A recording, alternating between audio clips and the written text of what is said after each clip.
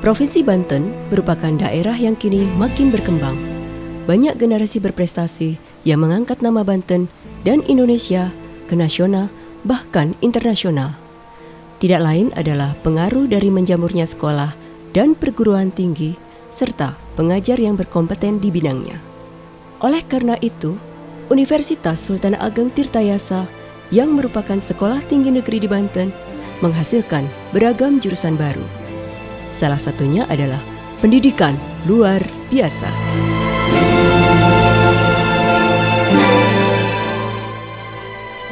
Jurusan yang berdiri sejak tahun 2014 ini memiliki tenaga pengajar yang beragam. Salah satunya adalah Ratih Listining Tias, dosen populer di Universitas Sultan Ageng Tirtayasa yang selalu memberikan motivasi kepada mahasiswanya. Walau memiliki keterbatasan fisik, Ratih dikenal sebagai dosen inspiratif.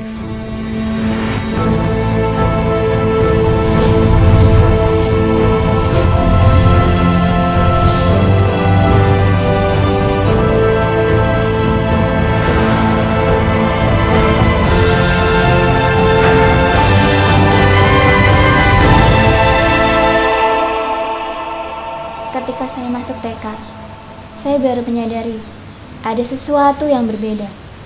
Sungguh perbedaan itu membuat saya bertanya-tanya, tapi saya tidak pernah bertanya kepada orang tua saya.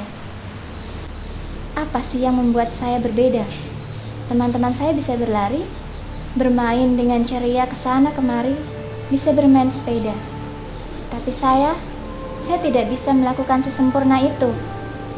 Entah mengapa, jarak pandang saya begitu pendek. Saya pernah terjatuh, sering juga lari terjatuh, dan akhirnya bermain sepeda menabrak sesuatu. Itu sudah sangat sering terjadi. Ketika akhir sekolah TK saya, orang tua membawa saya ke Jakarta, ke rumah sakit Aini waktu itu. Dan dokter menyatakan, sampai dibawa ke luar negeri sekalipun, kondisi ini tidak akan berubah. Jadi bukan karena bisa dioperasi atau tidaknya, tetapi syaraf mata memang sudah rusak sejak lahir. Ini adalah bawaan lahir dan tidak bisa dilakukan hal apapun.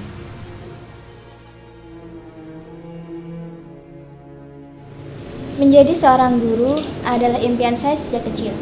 Begitu besar keinginan itu. Ya, akhirnya sampai lulus kuliah, saya terus ingin mencari pekerjaan. Sayangnya mencari pekerjaan itu memang tidak mudah. 2 tahun saya mondar-mandir dari pintu sekolah ke pintu yang lain, membawa satu ijazah S1. Gimana caranya supaya bisa keterima? Ternyata memang susah dan tidak ada lowongan saat itu. Tetapi saya tidak menyerah. Saya akan tetap melamar walaupun tidak ada lowongan.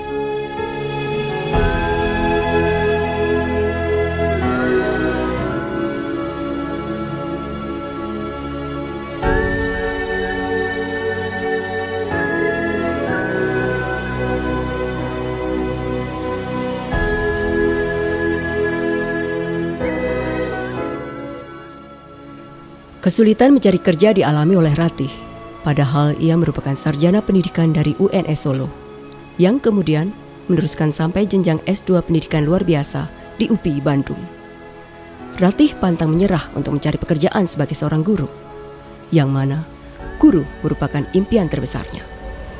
Akhirnya, pada tahun 2014, Ratih memutuskan untuk berhijrah dari tempat tinggalnya, Solo, Jawa Tengah, untuk mengikuti tes calon dosen Universitas Negeri di Serang, Banten.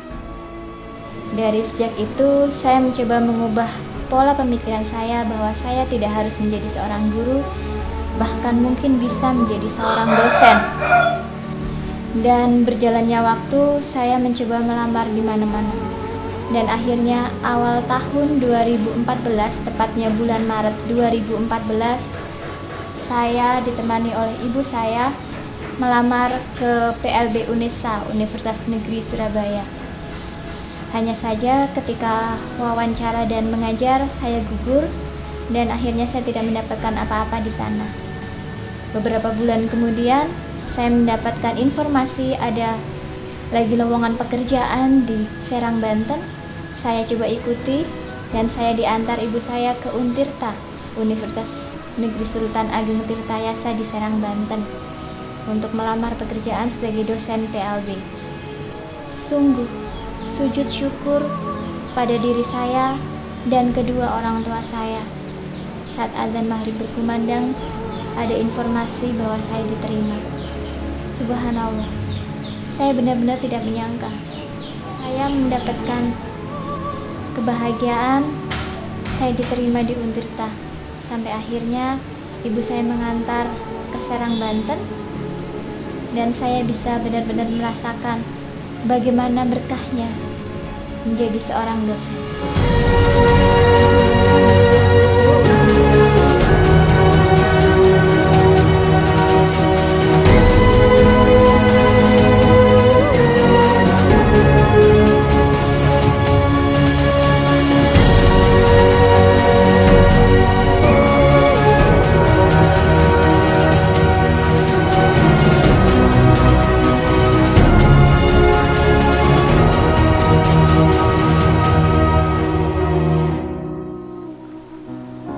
Ini bukan pertama kalinya Ratih mengajar, karena sebelumnya ia berpengalaman mengajar di sekolah luar biasa saat masih tinggal di Solo. Walau sudah menjadi dosen, hambatan dan tantangan Ratih untuk beradaptasi hidup di kota Serang tidaklah mudah. Dari mulai diberikan orientasi mobilitas selama 3 hari oleh orang tuanya, seperti jarak tempat kos ke kampus, jarak tempat kos ke laundry, dan pengenalan angkutan umum, sampai akhirnya Ibunda Ratih kembali ke Solo dan Ratih menetap di tanah Jawara.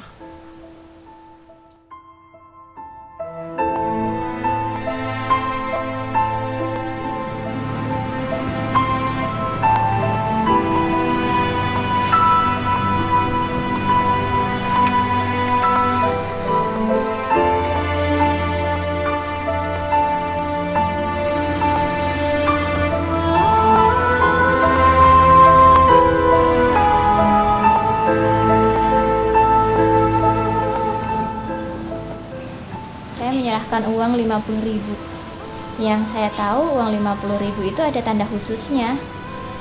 Saya amati, saya raba, dan saya yakini uang itu 50.000.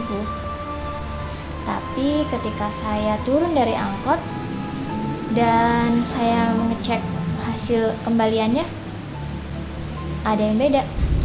Kayaknya uangnya nggak cocok. Dan saya baru menyadari bahwa memang hidup itu susah.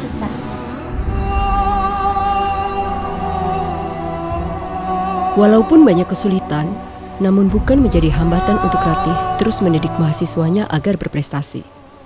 Ia harus tahu kondisi di kelas mengajarnya dengan menghafal mahasiswanya dari karakter suara dan sikap. Bahkan, Ratih tak kehilangan cara untuk dapat hidup layaknya dosen yang lain. Ia menggunakan aplikasi screen reader yang merupakan software pembaca teks di layar untuk kebutuhan membuat PowerPoint, menilai tugas, berkirim email, sampai membalas pesan singkat dari mahasiswanya.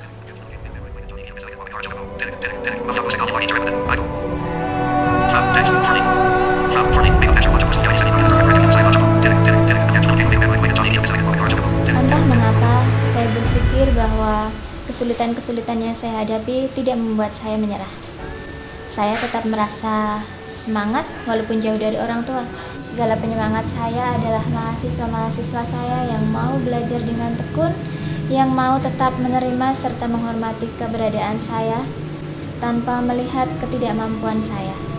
Kemudian teman-teman di sekitar saya, mulai dari teman-teman kos, teman-teman dosen, semua menerima saya apa adanya dengan baik.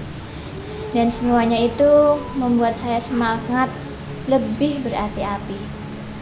Saya hanya berpesan kepada anak-anak generasi muda saat ini, jangan pernah menyerah dalam keterbatasan, dan jangan pernah sedikit pun berhenti untuk berkarya, berprestasi hanya karena keterbatasan fisik.